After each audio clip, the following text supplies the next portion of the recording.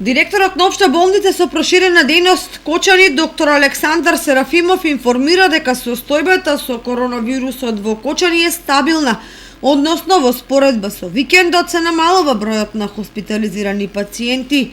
Во моментот во ковид одделението на интерно се лекуваат 15 пациенти, од кои 5 се со потешка клиничка слика и непостојана кислородна подршка.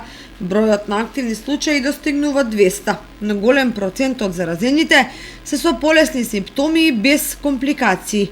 Во однос на вакцината против COVID-19 во тек е вакцинирањето со трета доза, за што и не е забележана поголема заинтересираност од страна на кочанчани.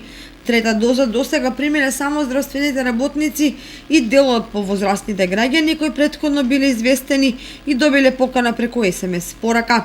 Како и да е, трета доза на вакцина се препорачува на оние кои што се вакцинирани со кинеските Синовак и Синофарм.